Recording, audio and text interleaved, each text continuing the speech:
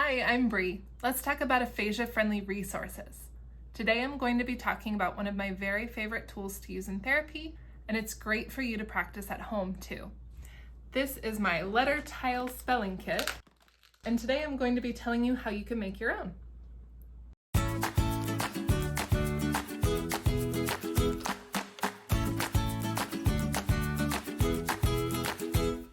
All right, guys, the letter tile spelling kit. Let's get into it.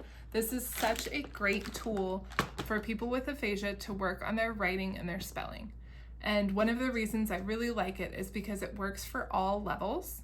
I would say I do use it more frequently for people who have a lot of trouble writing and spelling, but I even use it with higher level clients who are writing pretty well, but might have difficulty with longer words or more complex words. It is good for everyone.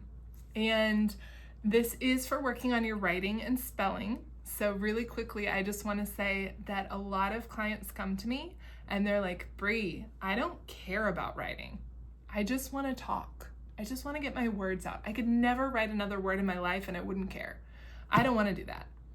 That is very fair. That is very valid. A lot of people prioritize talking because that's what we do the most, and they don't want to sit there and like write something down and then show people. Fair. Everybody's aphasia journey is their own, and you can make your own decisions. If at the end of this you're like, still don't want to work on it, by all means don't. Just watch a different video, work on something else. But if you're still listening, I do want to make a small argument for writing. So I get that talking feels like the most important thing, but that's just one pathway to get to language in your brain. I really recommend working on all of the different pathways, right? So there's talking, there's getting your words out via your mouth. There's listening, where you're hearing somebody else talk and you're processing those auditory signals, trying to figure out like, what does that mean? There's reading, where you're looking at text and words with your eyeballs and your brain has to process what those visual words mean. And then there's writing, right? The act of taking those ideas and those words from your head and putting them on paper. So that's 4 different pathways that your brain really works on language. And if you only ever work on talking, that's just one pathway. I would really recommend that you kind of work on all of them so your brain has different ways to pull this information together and make it stronger. I will also say that in my practice as a speech therapist, when I see people strengthen one area, like writing, a lot of times the other areas get stronger too, right? Because your brain is building more connections, more pathways, instead of just that one route. It's kind of pulling in from more directions, and so a lot of times writing and spelling can actually make your talking better. Did I convince you yet? Let's do it. All right, so let's put one of these together, and then I'm going to show you some activities that you can do at home to practice, because there's a lot of different ways to use this thing. All right, so what you need to make this is a craft box, like a little organizer thing like this. And really, I think, people use them for fishing, they put tackle in here, or for crafting, they'll put beads in here. You just kind of need some sort of container with lots of different boxes. I can link to this very specific one if you want to know what this one is. I'll put the link in the comments so that you can find it, but really like anything sort of like this works. Because there are 26 letters in the alphabet, you want to get roughly 26 compartments.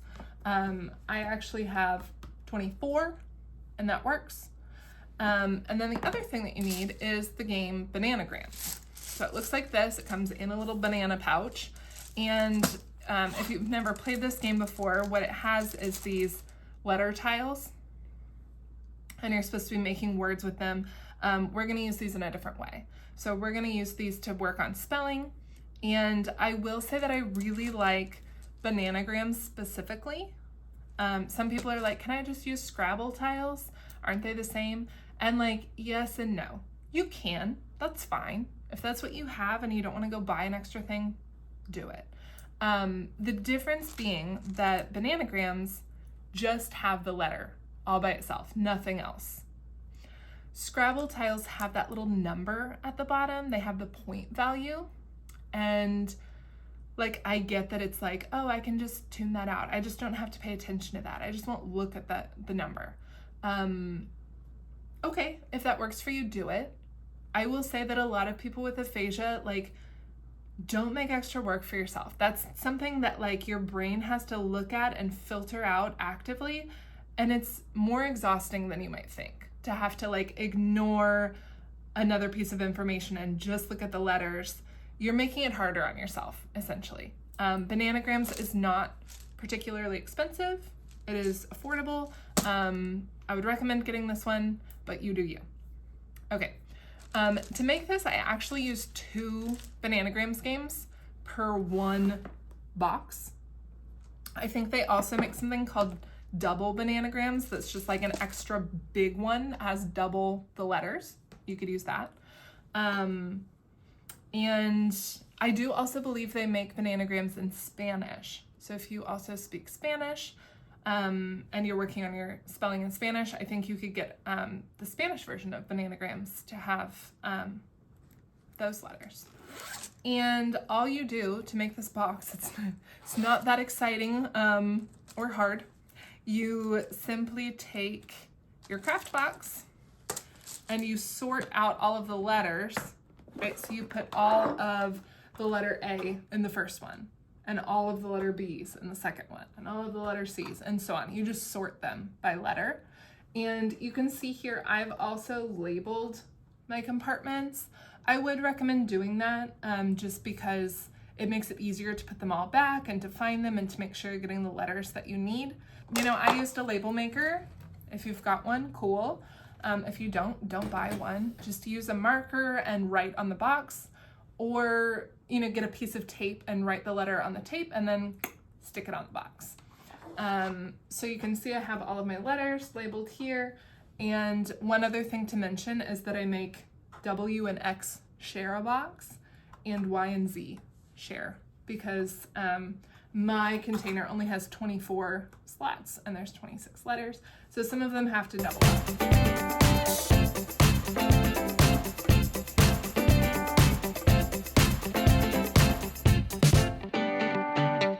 So that's it. You just sort the letters from your Bananagrams game into each box by letter.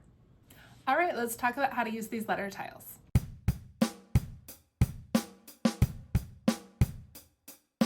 The way I use these letter tiles most frequently is by practicing spelling the names of things, right? So whatever is important to you. You would kind of look around your house, find some stuff that you care about, right? Like a key is a good one, or a toothbrush, stuff that you're using.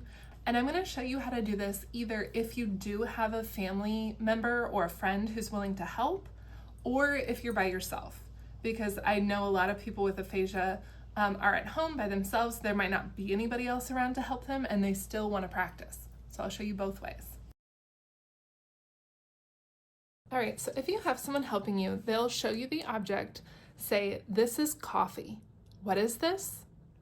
Hopefully the person with aphasia can repeat, but if not, that's totally okay. Sometimes that's really hard. You'll say, "This is coffee." You'll leave the object in front of them. You'll get the letters for the word.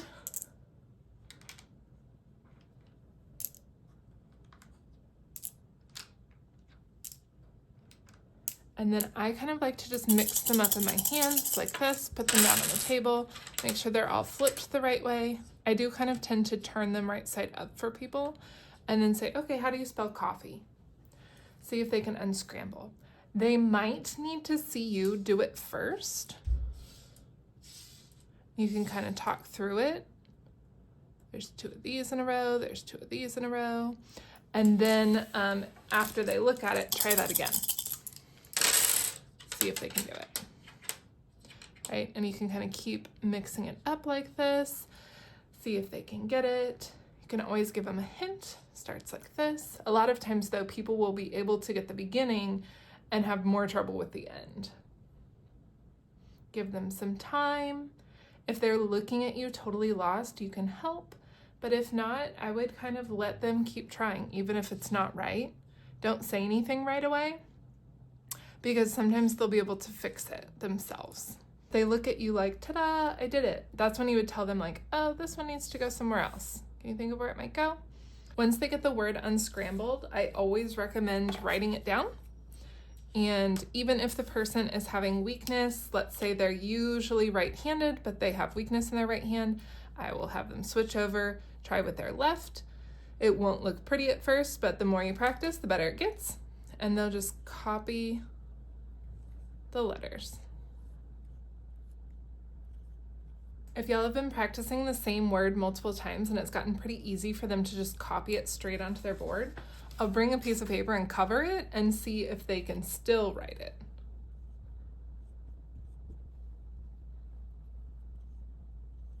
And then you can kind of like let them double check. If you don't have someone at home helping you, you'll just have to do a little bit of prep. You can make cards like this where you have the object on one side and the word on the other side. And as you're looking at the word, you can pick the letters for yourself.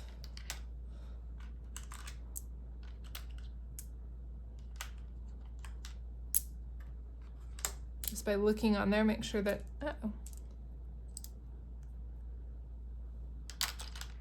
you got all the right letters. And then flip it over, mix them up, and see if you can get it.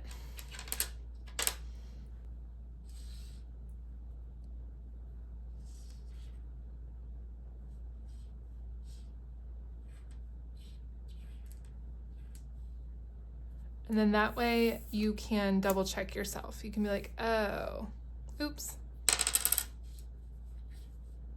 Oh, it's supposed to be over here. If you want to, you can always flip it back over, re-scramble, and try again.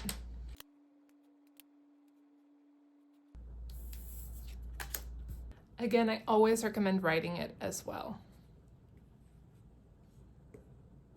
So get it down on a dry erase board or with pen and paper so that you can practice writing the letters.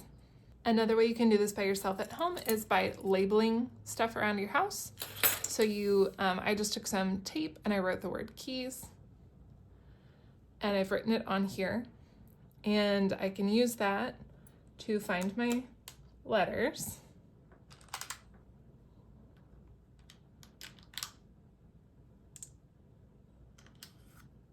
And then once I know I have all the right letters, I can flip it over and try to unscramble.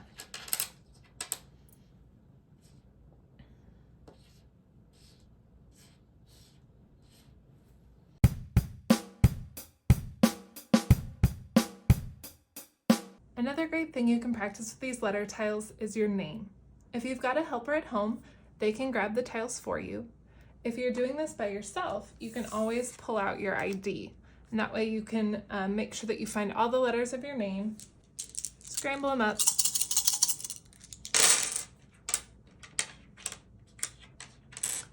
flip over your ID so you can't see it, or cover it up with a piece of paper, and then try to unscramble.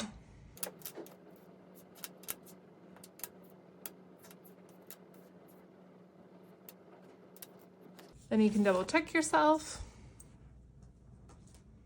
And one way to make this easier would be to only do your first name. If you want to make it a little bit trickier, you can put all of these letters together for your first and last name. And then of course, as always, you will practice writing it down afterward.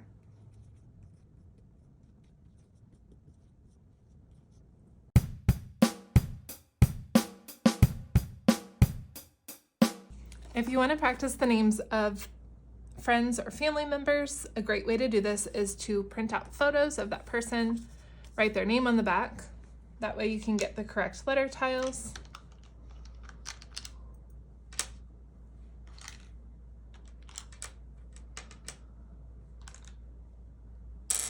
Then scoop them up, scramble them in your hands, flip that picture over,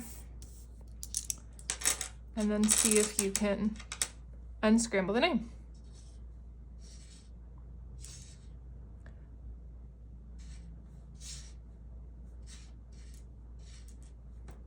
Then you can double check yourself by looking on the back. You could also do this with names of places that you go.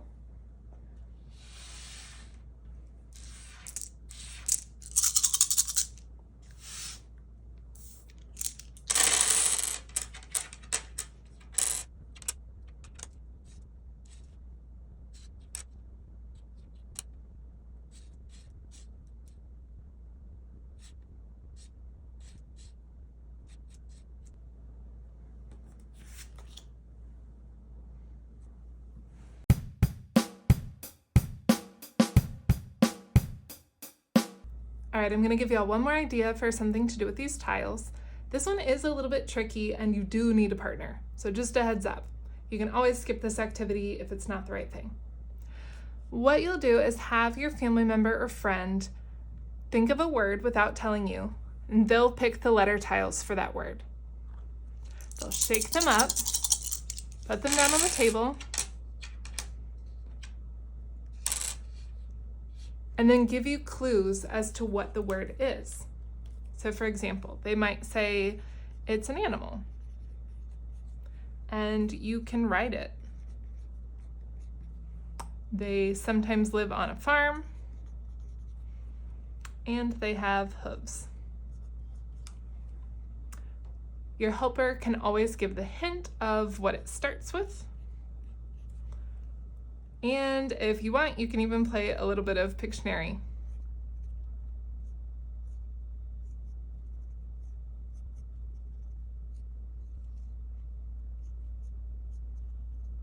Obviously, it does not have to be great, just good enough to where they can guess what it is.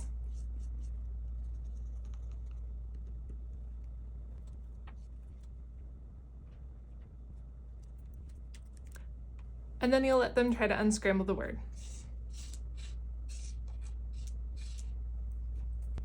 Of course, I would always then make them write it down at the end.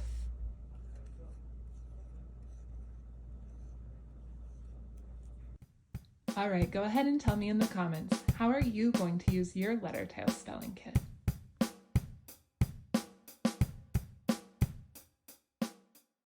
Thanks, y'all, that was fun. And I hope it was helpful for you to hear about one of my very favorite aphasia recovery tools. If you make your own box at home, I would love to hear about it. And if you find new ways to use your letter tile spelling kit, I'd love to hear that too. Share with all of us in the comments so we can learn from you and so that we can find new ways to practice at home. All right, thanks again and see you soon.